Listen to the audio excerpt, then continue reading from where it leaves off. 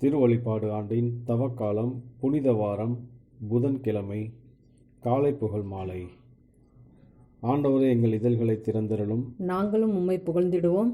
தந்தைக்கும் மகனுக்கும் தூய ஆவிக்கும் ஆட்சி உண்டாவதாக. தொடக்கத்தில் இருந்தது போல் இப்போதும் எப்பொழுதும் என்றென்றும் இருப்பதாக. ஆமீன். அழைப்பு பல்லவியும் அழைப்பு திருப்பாடலும். ஆண்டவராகிய கிறிஸ்து சோதனைகளுக்கு உட்பட்டு நமக்காக துன்புற்றார், வாருங்கள் அவரை நாம் போற்றுவோம். ஆண்டவராகிய கிறிஸ்து சோதனைகளுக்கு உட்பட்டு நமக்காக துன்புற்றார், வாருங்கள் அவரை நாம் போற்றுவோம். வாருங்கள் ஆண்டவரை புகழ்ந்து பாடுங்கள், நமது மீட்பின் பாறையை போற்றி ஆர்ப்பரிங்கள். அவர் திருமுன் நன்றியுடன் செல்வோம், புகழ் பாக்களால் அவரை போற்றி அகமகிழ்வோம். ஏனெனில் ஆண்டவர் மாண்புமிகு இறைவன், அனைத்து தெய்வங்களுக்கும் அனைத்திற்கும் மேலான பேரரசர். பூ உலகின் பகுதிகள் அவர் தம் கையில் உள்ளன, மலைகளின் கொடுமுடிகளும் அவருக்கே உரியன. கடலும் அவருடையது, அவரே அதை படைத்தார். உலர்ந்த தரையும் அவர் கைகளை உருவாக்கின. வாருங்கள் தாழ்பணிந்து அவரை தொழுவோம், நம்மை உருவாக்கிய ஆண்டவர் முன் முழந்தால் இடுவோம். அவரே நம் கடவுள், நாமோ அவரது மேய்ச்சலின் மக்கள், நாம் அவர் பேணி காக்கும் ஆடுகள். இன்று நீங்கள் அவர் குரலுக்கு செவி கொடுத்தால் எத்தனை நலம். அன்று மெரிபாவின் பாலை நிலத்தில் மாசாவின் செய்தது போல் உங்கள் இதயத்தை கடினப்படுத்தி கொள்ளாதீர்கள். அங்கே உங்கள் மூதாதை என்னை சோதித்தனர், என் செயல்களை கண்டிருந்தும் என்னை சோதித்து பார்த்தனர். 40 ஆண்டவளின் தலைமுறை எனக்கு வெறுப்பூட்டிதால் நான் உரைத்தது, அவர்கள் உறுதியற்ற உள்ளங்கொண்ட மக்கள், என் வழிகளை அறியாதவர்கள். எனவே நான் சினமுற்று, நான் அளிக்கும் இலைப்பாட்டின் நாட்டிற்குள் நுழைவே மாட்டார்கள் என்று ஆணையிட்டு கூறினேன். தந்தைக்கும் மகனுக்கும் தூயாவிக்கும் ஆட்சி உண்டாவதாக. தொடக்கத்தில் இருந்தது போல இப்போதும் எப்போதும் என்றென்றும் இருப்பதாக. ஆமீன். ஆண்டவராகிய கிறிஸ்து சோதனைகளுக்கு உட்பட்டு நமக்காக துன்புற்றார், வாருங்கள் அவரை நாம் போற்றுவோம். ஆண்டவராகிய கிறிஸ்து சோதனைகளுக்கு உட்பட்டு நமக்காக துன்புற்றார், வாருங்கள் அவரை நாம் போற்றுவோம். பாசுரம். கூரிய ஈட்டியும் ஆணியும் அவர் உடலை ஏர்போல் உழுதன, குருதியும் நீரும் ஆராய் ஓடின, உலகம் என்னும் வறண்ட நிலத்தை வளம் பெறச் செய்யவே. மரத்தில் சிறந்த சிலுவை மரமே, தரத்தில் உயர்ந்த கனியை தந்தாய். இனிய மரமே, இனிய சுமையை இனிய ஆணியால் சுமந்து நின்றாய். வளர்ந்த மரமே, வன்மையை தளர்த்தி அலர்ந்த மலரின் மென்மை பெறுவாய். உயர்ந்த வானின் அரசனின் உடலை வருந்தா வகையில் தாங்கிடுவாயே. இம்மை கரையின் விலையை சுமந்தாய், செம்மறி சிந்திய செந்நீர் தோய்ந்த ஓடம் நீயே. உடைந்த களத்தில் கலங்குவோர் கரை சேர வழி நீயே. தந்தையும் மகனும் தூய ஆவியரும் நந்தா புகழை நாளும் பெருக. மைந்தன் தந்த மீட்பால் பிழைத்தோம், சிந்தை கடந்த சிறப்பை பெற்றோம். ஆமீன். என் துன்ப நாளில் என் தலைவரை நாடினேன், இரவில் அயராது கை கூப்பினேன். என் துன்ப நாளில் என் தலைவரை நாடினேன், இரவில் அயராது கை கூப்பினேன். கடவுளை நோக்கி உரத்த குரலில் மன்றாடுகின்றேன். கடவுள் எனக்கு செவி சாய்த்தருள வேண்டுமென்று அவரை நோக்கி மன்றாடுகின்றேன். என் துன்ப நாளில் என் தலைவரை நாடினேன், இரவில் அயராது கை கூப்பினேன். ஆனாலும் என் ஆன்மா ஆறுதல் அடையவில்லை. கடவுளை நினைத்த போது நான் பெருமூச்சு விட்டேன். அவரை பற்றி சிந்தித்த போது என் மனம் சோர்வுற்றது. என் கண் இமைகள் மூடாதபடி செய்துவிட்டீர். நான் கலக்கமுற்றிருக்கிறேன், என்னால் பேச இயலவில்லை. கடந்த நாட்களை நான் நினைத்து பார்க்கின்றேன், முற்கால ஆண்டுகளை பற்றி சிந்தித்து பார்க்கின்றேன். இரவில் என் பாடலை பற்றி நினைத்து பார்த்தேன், என் இதயத்தில் சிந்தித்தேன். என் மனம் ஆய்வு செய்தது, என் தலைவர் என்றென்றும் கைவிட்டு விடுவாரோ, இனி ஒருபோதும் ஆதரவளிக்க மாட்டாரோ? அவரது பேரன்பு முற்றிலும் மறைந்து விடுமோ? அவரது வாக்குறுதி தலைமுறை தலைமுறையாய் அற்று போய்விடுமோ? கடவுள் இரக்கம் காட்ட மறந்து விட்டாரோ, அல்லது சினங்கொண்டு தமது இரக்கத்தை நிறுத்திவிட்டாரோ? அப்பொழுது நான், உன்னதரின் வழக்கை மாறுபட்டு செயலாற்றுவது என்னை வருத்துகிறது என்றேன். ஆண்டவரே, உம் செயல்களை நான் நினைவு கூர்வேன். முற்காலத்தில் நீர் செய்த வியத்தகு செயல்களை நான் நினைத்து பார்ப்பேன். உம் செயல்கள் யாவையும் பற்றி நான் தியானிப்பேன். உம் வலிமை மிகு செயல்களில் என் மனதை செலுத்துவேன். இறைவா, உமது வழி தூய்மையானது. மாபெரும் நம் இறைவனுக்கு நிகரான கடவுள் யார்? அரியன செய்யும் இறைவன் நீர் ஒருவரே.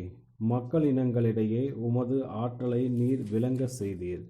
யாக்கோபு யோசேப்பு என்போரின் புதல்வரான உம் மக்களை நீர் உமது புயத்தால் மீட்டு கொண்டீர். இறைவா, வெள்ளம் உம்மை பார்த்தது, வெள்ளம் உம்மை பார்த்து நடுக்கமுற்றது.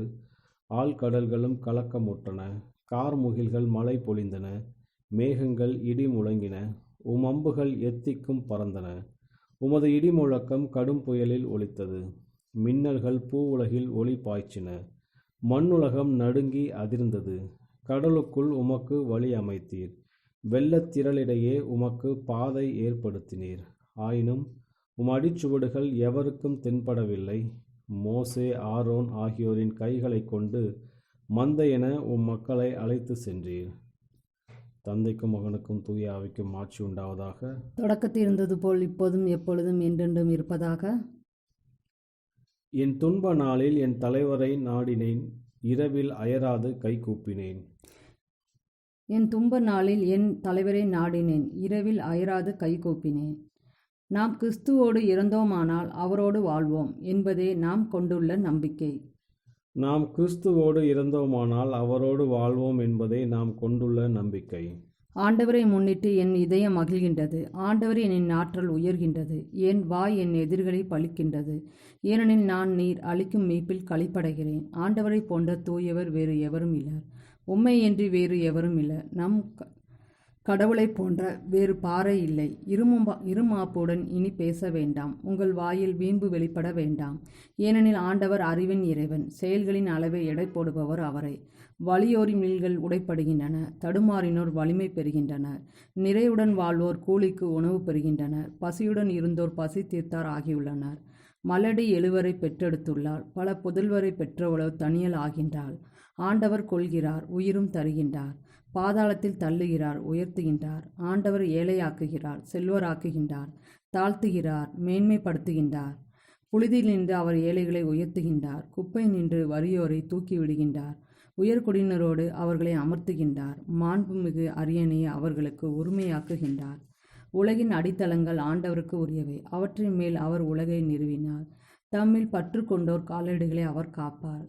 தீயோர் இருளுக்கு இரையாவார். ஏனெனில் ஆற்றலால் எவரும் வலியவர் ஆவதில்லை. ஆண்டவரை எதிர்ப்போர் நொறுக்கப்படுவர். அவர் அவர்களுக்கு எதிராக வானில் இடிமுழங்க செய்வார். ஆண்டவர் உலகின் எல்லை வரை தீர்ப்பிடுவார். தம் அரசருக்கு வலிமை தருவார். தாம் திருப்பொழிவு செய்தவரின் ஆற்றலை உயர்த்துவார். தந்தைக்கும் மகனுக்கும் தூய ஆவிக்கும் ஆட்சி உண்டாவதாக. தொடக்கத்தில் இருந்தது போல இப்போதும் எப்போதும் என்றென்றும் இருப்பதாக. ஆமேன். நாம் கிறிஸ்துவோடு இறந்தோமானால் அவரோடு வாழ்வோம் என்பதே நாம் கொண்டுள்ள நம்பிக்கை. நாம் கிறிஸ்துவோடு இறந்தோமானால் அவரோடு வாழ்வோம் என்பதே நாம் கொண்டுள்ள நம்பிக்கை. கிறிஸ்து கடவுளின் வல்லமையும் ஞானமுமாய் இருக்கிறார். கிறிஸ்து கடவுளின் வல்லமையும் ஞானமுமாய் இருக்கிறார். ஆண்டவர் ஆட்சி செய்கின்றார். பூ உலகு மகிழ்வதாக. திரளான தீவு நாடுகள் களி கூறுவனவாக. மேகமும் காரிருளும் அவரை சூழ்ந்துள்ளன. நீதியும் நேர்மையும் அவரது அரியணையின் அடித்தளம். நெருப்பு அவர் முன் செல்கின்றது. சுற்றிலும் உள்ள அவர் தம் எதிரிகளை சுட்டெரிக்கின்றது. அவர் தம் மின்னல்கள் பூ உலகை ஒளிர்விக்கின்றன. மண்ணுலகம் அதை கண்டு நடுங்குகின்றது. ஆண்டவர் திருமுன், அனைத்துலகின் தலைவர் திருமுன் மலைகள் மெழுகென உருகுகின்றன. வானங்கள் அவரது நீதியை அறிவிக்கின்றன. அனைத்து மக்களும் அவரது மாட்சியை காண்கின்றார்கள். உருவங்களை வழிபடுவோரும் சிலைகள் பற்றி பெருமை கொள்வோரும் வெட்கத்துக்கு உள்ளாவர். அனைத்து தெய்வங்களே அவரை தாழ்ந்து பணியுங்கள். ஆண்டவரே, உம் நீதி தீர்ப்புகளை சீயோன் கேட்டு மகிழ்கின்றது. யூதாவின் நகர்கள் களி கூர்கின்றன. ஏனெனில் ஆண்டவரே, உலக அனைத்தையும் ஆளும் உன்னதர் நீர். அனைத்து தெய்வங்களுக்கும் மேலானவர் நீரே. தீமையை வெறுப்போர் மீது ஆண்டவர் அன்பு கூர்கின்றார். அவர் தம் பற்றுமிகு அடியார்களின் உயிரை பாதுகாக்கின்றார். பொல்லாரின் கையினின்று அவர்களை விடுவிக்கின்றார். நேர்மையாளர்க்கென ஒளியும் நேரிய உள்ளத்தோர்க்கென மகிழ்ச்சியும் விதைக்கப்பட்டுள்ளன. நேர்மையாளர்களே, ஆண்டவரில் களி கூறுங்கள். அவரது தூய்மையை நினைந்து அவரை புகழுங்கள். தந்தைக்கும் மகனுக்கும் தூய ஆவிக்கும் ஆட்சி உண்டாவதாக. தொடக்கத்தில் இருந்தது போல் இப்போதும் எப்பொழுதும் என்றென்றும் இருப்பதாக. கிறிஸ்து கடவுளின் வல்லமையும் ஞானமுமாய் இருக்கிறார். கிறிஸ்து கடவுளின் வல்லமையும் ஞானமுமாய் இருக்கிறார். இறைவாக்கினர் ஏசாயா நூலிலிருந்து வாசகம். ஆண்டவராகிய என் தலைவர் என் செவியை திறந்துள்ளார். நான் கிளர்ந்தெழவில்லை, விலகிச் செல்லவும் இல்லை. அடிப்போருக்கு என் முதுகையும் தாடியை பிடுங்குவோருக்கு என் தாடையையும் ஒப்புவித்தேன். நிந்தனை செய்வோருக்கும் காரி உமிழ்வோருக்கும் என் முகத்தை மறைக்கவில்லை. ஆண்டவராகிய என் தலைவர் துணை நிற்கின்றார். நான் அவமானம் அடையேன். என் முகத்தை கற்பாறை ஆக்கிக் கொண்டேன். இழிநிலையை நான் அடைவதில்லை என்றறிவேன். ஆண்டவரின் அருள்வாக்கு. இறைவா உமக்கு நன்றி. ஆண்டவரே, உம் திரு இரத்தத்தால் எங்களை மீட்டருளினீர். ஆண்டவரே, உம் திரு இரத்தத்தால் எங்களை மீட்டருளினீர். ஒவ்வொரு இனம், மொழி, மக்கள், நாடு இவற்றினின்று எங்களை மீட்டருளினீர். ஆண்டவரே, உம் திரு இரத்தத்தால் எங்களை மீட்டருளினீர். தந்தைக்கும் மகனுக்கும் தூய ஆவிக்கும் ஆட்சி உண்டாவதாக. ஆண்டவரே, உம் திரு இரத்தத்தால் எங்களை மீட்டருளினீர். முதல் வாசகம். எரேமியா நூலிலிருந்து வாசகம். ஆண்டவர் எனக்கு வெளிப்படுத்தினார், நானும் புரிந்து கொண்டேன். பின்னர் நீர் அவர்களின் செயல்களை எனக்கு காட்டினீர். வெட்டுவதற்கு கொண்டு செல்லப்படும் சாந்தமான செம்மறி போல் இருந்தேன். அவர்கள் எனக்கு எதிராய் மரத்தை பலத்தோடு அழிப்போம், வாழ்வோரின் நாட்டிலிருந்து அவனை அகற்றிவிடுவோம், அவன் பெயர் மறக்கப்படட்டும் என்று சொல்லி சதி திட்டம் தீட்டியதை நான் அறியாதிருந்தேன். படைகளின் ஆண்டவரே, நீ நேர்மையோடு தீர்ப்பிடுபவர், உள் உணர்வுகளையும் இதய சிந்தனைகளையும் சோதித்து அறிபவர். நீ அவர்களை பழிவாங்குவதை நான் காண வேண்டும், ஏனெனில் என் வழக்கை உம்மிடம் எடுத்துரைத்துள்ளேன். ஆண்டவரின் பெயரால் இறைவாக்கு உரைக்காதே, உரைத்தால் எங்கள் கைகளாலேயே சாவாய் என்று கூறி உன் உயிரை பறிக்க தேடும் அனத்தோத்தை சார்ந்த ஆட்களை பற்றி படைகளின் ஆண்டவர் இவ்வாறு கூறுகிறார். இதோ நான் அவர்களை தண்டிக்கப் போகிறேன். இளைஞர்கள் வாளால் மடிவர், புதல்வர் புதல்வியர் பஞ்சத்தால் அழிவர், அவர்களுள் யாரும் எஞ்சிருக்க மாட்டார்கள். அனத்தோத்தை சார்ந்த ஆட்கள் மேல் அவர்களை தண்டிக்கும் ஆண்டில் தீமை வர செய்வேன். ஆண்டவரே, நீர் நீதி உள்ளவர், ஆயினும் உம்மோடு நான் வழக்காடுவேன். ஆம், உம் தீர்ப்புகள் பற்றி உம்மிடம் முறையிட விரும்புகிறேன். தீயோரின் வாழ்வு வளம் பெற காரணம் என்ன? நம்பிக்கை துரோகம் செய்வோர் அமைதியுடன் வாழ்வது ஏன்? அவர்களை நீ நட்டு வைத்தீர், அவர்களும் வேரூன்றி வளர்ந்தார்கள், கனியும் ஈந்தார்கள். அவர்களின் உதடுகளில் நீர் எப்போதும் இருக்கின்றீர், அவர்கள் உள்ளத்தில் இருந்தோ வெகு தொலைவில் உள்ளீர். ஆனால் ஆண்டவரே, நீர் என்னை அறிவீர், என்னை பார்க்கின்றீர். என் இதயம் உம்மோடு உள்ளது என்பதை சோதித்து அறிகின்றீர். அவர்களோ வெட்டப்படுவதற்கான ஆடுகளைப் போல கொலையின் நாளுக்கென பிரித்து வைத்தருளும். எவ்வளவு காலம் மண்ணுலகம் புலம்பிக் கொண்டிருக்கும்? வயல்வெளி புற்பூண்டுகள் எல்லாம் வாடி கிடக்கும். மண்ணுலகில் குடியிருப்போர் செய்த தீமைகளின் காரணமாக விலங்குகளும் பறவைகளும் அழிந்து போயின. நம் செயல்களை கடவுள் காண்பதில்லை என்று அவர்கள் சொல்லிக் கொண்டார்கள். காலாள்களோடு ஓடிய நீ களைத்து போனாய், குதிரைகளோடு நீ எவ்வாறு போட்டியிட முடியும்? அமைதியான நாட்டிலே நீ அஞ்சுகிறாய் என்றால் யோர்தானின் காடுகளில் நீ என்ன செய்வாய்? உன் சகோதரரும் உன் தந்தை வீட்டாரும் கூட உனக்கு நம்பிக்கை துரோகம் செய்தார்கள். அவர்களும் உனக்கு எதிராக உரக்க கத்தினார்கள். அவர்கள் உன்னிடம் இனிமையாக பேசினாலும் நீ அவர்களை நம்பாதே. நான் என் வீட்டை புறக்கணித்தேன், என் உரிமை சொத்தை தள்ளிவிட்டேன். என் உள்ளத்திற்கு இனியவளை அவளின் எதிரிகளிடம் ஒப்புவித்து விட்டேன். என் உரிமை சொத்து எனக்கு ஒரு காட்டு சிங்கம் போல் ஆயிற்று. அது எனக்கு எதிராய் கர்ச்சிக்கின்றது, எனவே நான் அதனை வெறுக்கின்றேன். என் உரிமை சொத்து எனக்கு பல வண்ண பறவை போல் ஆயிற்று. சுற்றிலும் உள்ள பறவைகள் எல்லாம் அதற்கு எதிராய் எழுந்துள்ளன. வயல்வெளி விலங்குகளை வாருங்கள், வந்து கூடுங்கள், அதனை விழுங்குங்கள். மேய்ப்பர்கள் பலர் என் திராட்சை தோட்டத்தை அழித்தார்கள், எனது பங்கை மிதித்து போட்டார்கள். எனது இனிய பங்கை பாழடைந்த பாலை நிலம் ஆக்கினார்கள். அவர்கள் அதை பாழாக்கினார்கள். அது என்னை நோக்கி புலம்புகிறது, நாடு முழுவதும் பாழாகிவிட்டது, ஆனால் யாரும் அது பற்றி கவலைப்படுவதில்லை. பாழாக்குவோர் பாலை நிலத்தின் மொட்டை மேடுகள் அனைத்தின் மேலும் வந்து சேர்ந்துள்ளனர். ஏனெனில் ஆண்டவரின் வாள் நாட்டை ஒரு முனை முதல் மறுமுனை வரை அழித்துவிடும். அமைதி என்பது யாருக்குமே இல்லை. கோதுமை விதைத்தார்கள், ஆனால் முற்களையே அறுத்தார்கள். உழைத்து களைத்தார்கள், ஆயினும் பயனே இல்லை. தங்கள் அறுவடையை கண்டு வெட்கம் அடைந்தார்கள். இதற்கு ஆண்டவரின் கோபக்கனலே காரணம். ஆண்டவர் வழங்கும் அருள்வாக்கு. இறைவனுக்கு நன்றி. இரண்டாம் வாசகம். அவரது காயங்களே நம் மீட்பு. ஆயரான புனித அதானிசியூஸ் எழுதிய இறைவார்த்தை மனு உருவாதல் மற்றும் ஆரியர்களுக்கு எதிரான புத்தகத்திலிருந்து வாசகம். இவ்வாலயத்தை நான் அழித்து 3 நாட்களில் மீண்டும் அதை எழுப்புவேன் என்று இயேசு கூறியதாக அருளப்பர் நம்மிடம் கையளிக்கின்றார். மேலும் அவரது உடலாகிய ஆலயத்தை பற்றி அவர் பேசினார் என்றும் கூறுகின்றார். தந்தை தம் மகனாகிய வார்த்தை வழியாக அனைத்தையும் படைத்தார் என்றால் அவரது உடலின் உயிர்ப்பையும் அவர் வழியாகவே நிறைவேற்றி இருப்பார் என்பது தெளிவு. அவர் வழியாக அவரை உயிர்த்தெழ செய்கின்றார். அவர் வழியாகவே அவர் உயிரளிக்கின்றார்.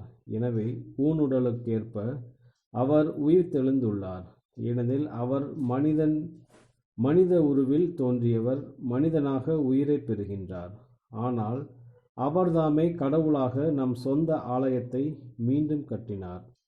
தம் சொந்த உடலுக்கு உயிரை தந்தார்.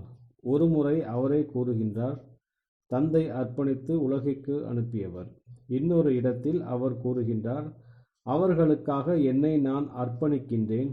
இவ்வாறு அவர்களும் உண்மையில் அர்ப்பணிக்கப்படுவர்.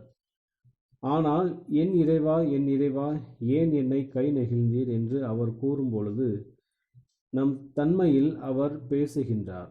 ஏனெனில் ஒரு ஊழியனின் நிலைமை ஏற்றுக்கொண்டு மனிதருக்கு இணையாகி மனித உருவில் அவர் தோன்றி அவர் தம்மை தாழ்த்தி சாகும் அளவிற்கு, அதுவும் சிலுவையில் சாகும் அளவிற்கு தம்மை கீழ்ப்படிபவர் ஆக்கினார்.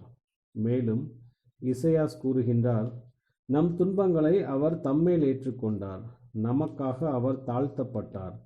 ஆகவே அவர் தமக்காக துன்புறவில்லை, மாறாக நமக்காக துன்புற்றார். கடவுளால் கைவிடப்பட்டவர் அவரல்ல, மாறாக நாமே.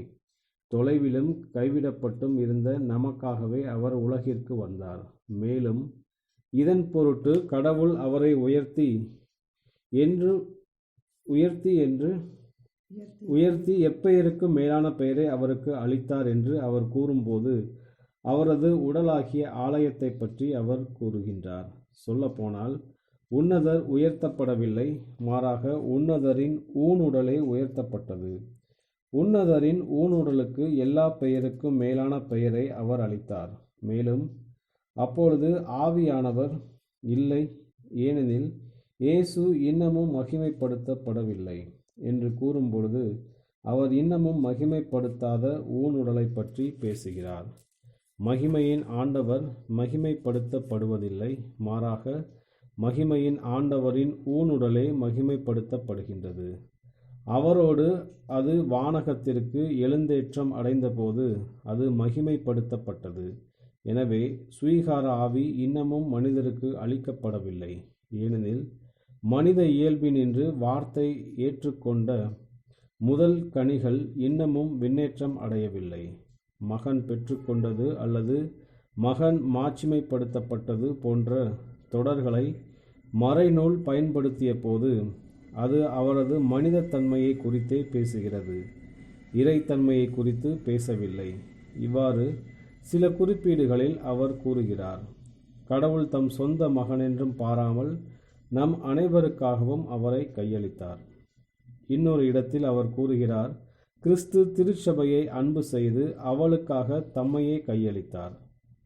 அழியா கடவுள் தம்மையே மீட்டு கொள்ள வரவில்லை, மாறாக சாவில் இருந்த நம்மை விடுவிக்கவே வந்தார். அவர் தமக்காக துன்புறவில்லை, மாறாக நமக்காக துன்புற்று நம் கொடுமையையும் ஏழ்மையையும் ஏற்றுக்கொண்டு நமக்கு அவரது செல்வங்களை தருவதற்காக துன்புற்றார். அவரது பாடுகளே நமது மகிழ்ச்சி, நம் உயிர்த்தெழுதலே அவரது அடக்கம். அவரது ஞான ஸ்நானமே நம் புனிதப்படுத்துதலாகும். சொல்லப்போனால் அவர் கூறுகிறார், அவர்களுக்காய் நான் என்னை அர்ப்பணிக்கின்றேன். இவ்வாறு அவர்களும் உண்மையில் அர்ப்பணிக்கப்படுவார்களாக. அவர் துன்பமே நம் மீட்பு, ஏனெனில் அவரது காயங்களால் நாம் குணமானோம். அவர் அனுபவித்த தண்டனையே நம் சமாதானம். சொல்லப்போனால் நமக்கு மீட்பை தரும் தண்டனை அவர் மேல் விழுந்தது. அதாவது தண்டனைக்கு தம்மையே அவர் அடிபணிந்து கொண்டு நமக்காக சமாதானத்தை பெற்றுத்தந்தார்.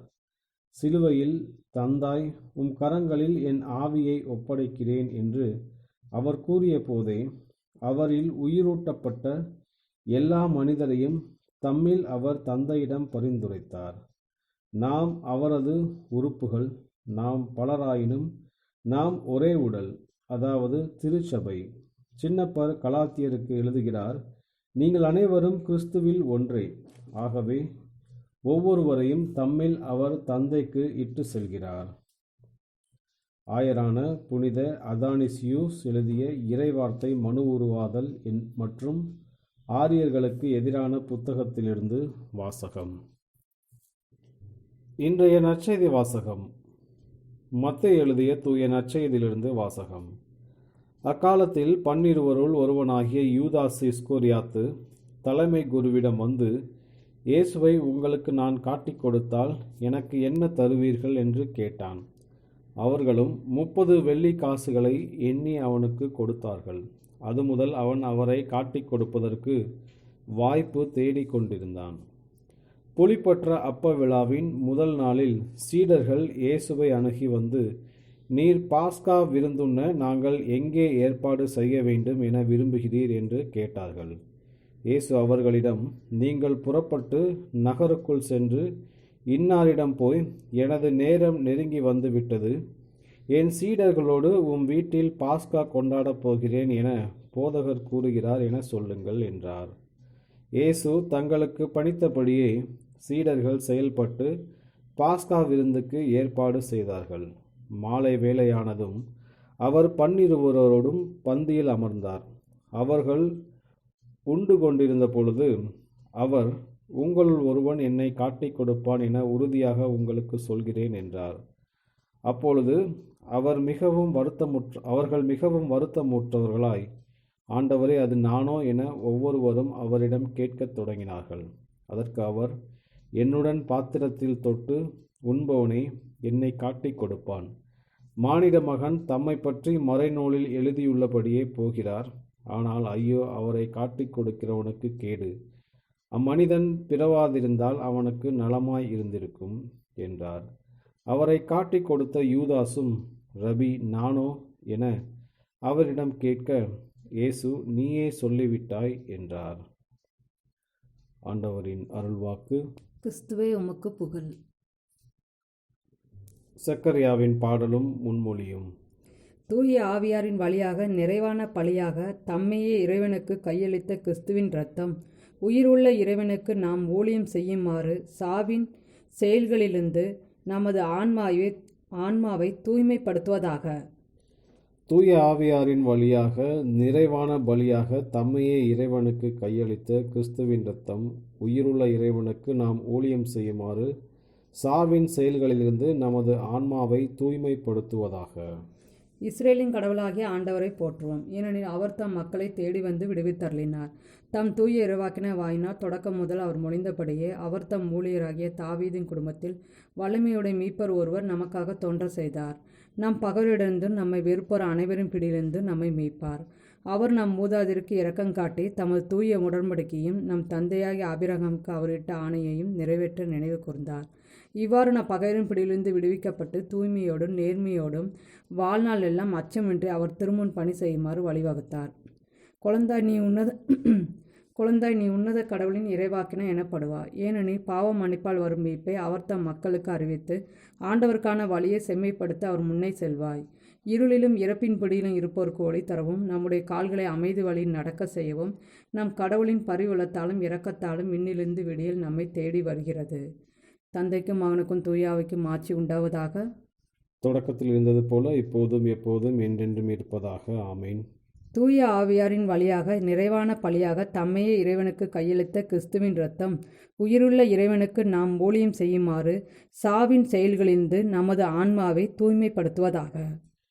தூய ஆவியாரின் வழியாக நிறைவான பலியாக தம்மையே இறைவனுக்கு கையளித்த கிறிஸ்துவின் இரத்தம் உயிருள்ள இறைவனுக்கு நாம் ஊழியம் செய்யுமாறு சாவின் செயல்களிலிருந்து நமது ஆன்மாவை தூய்மைப்படுத்துவதாக.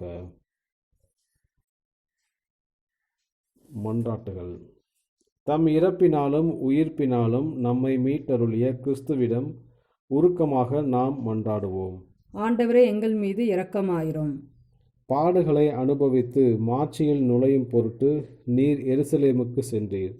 உமது திருச்சபையை நிலைவாழ்வின் பாஸ்கா விழாவிற்கு வழி நடத்துவீராக. ஆண்டவரே, எங்கள் மீது இரக்கமாயிரும். விழா ஓர் ஈட்டியால் குத்தப்பட்டது. எங்கள் மனித பலவீன காயங்களை குணப்படுத்தும். ஆண்டவரே, எங்கள் மீது இரக்கமாயிரும். உம் சிலுவையை வாழ்வளிக்கும் மரமாக்கினீர். திருமுழுக்கு பெற்ற அனைவரோடும் உமது வெற்றியை பகிர்ந்து கொள்ளும். ஆண்டவரே, எங்கள் மீது இரக்கமாயிரும். மனம் திரும்பிய கல்வனுக்கு நீர் மீட்பை வழங்கினீர். எங்கள் எல்லா பாவங்களையும் மன்னித்தருளும். ஆண்டவரே, எங்கள் மீது இரக்கமாயிரும். நம்முடைய தனிப்பட்ட மன்றாட்டுகள். ஆண்டவரின் இறைவேண்டல். விண்ணுலகில் இருக்கிற எங்கள் தந்தையே, உமது பெயர் தூயதென போற்ற பெறுக. உமது ஆட்சி வருக. உமது திருவுளம் விண்ணுலகில் நிறைவேறுவது போல மண்ணுலகிலும் நிறைவேறுக. எங்கள் அன்றாட உணவை இன்று எங்களுக்கு தாரும். எங்களுக்கு எதிராக குற்றம் செய்வோரை நாங்கள் மன்னிப்பது போல எங்கள் குற்றங்களை மன்னியும். எங்களை சோதனைக்கு உட்படுத்தாதையும், தீமையிலிருந்து எங்களை விடுவித்தரலும். கிறிஸ்துவின் சமாதானம் உம் ஆன்மாவோடு இருப்பதாக. இறுதி மன்றாட்டு. ஆண்டவராகிய கடவுளே, மாந்தரின் மேல் சாத்தான் கொண்டுள்ள வல்லமையை தகர்க்க உம்மகன் சிலுவையின் துன்பத்தை உமது திருவுளப்படி ஏற்றுக்கொண்டார். மக்களாகிய எங்களுக்கு கிறிஸ்துவோடு மீண்டும் உயிர்த்தெழும் வரத்தை தந்தருள்வீராக. உம்மோடு தூய ஆவியின் ஒன்றிப்பில் இறைவனாய் என்றென்றும் வாழ்ந்து ஆட்சி செய்கின்ற எங்கள் ஆண்டவரும் உமது திருமகனுமாகிய இயேசு கிறிஸ்து வழியாக உம்மை மன்றாடுகிறோம். ஆமீன். ஆண்டவர் நம்மை ஆசீர்வதித்து தீமைகள் அனைத்திலிருந்து பாதுகாத்து நிலைவாழ்வுக்கு அழைத்துச் செல்வாராக. ஆமீன்.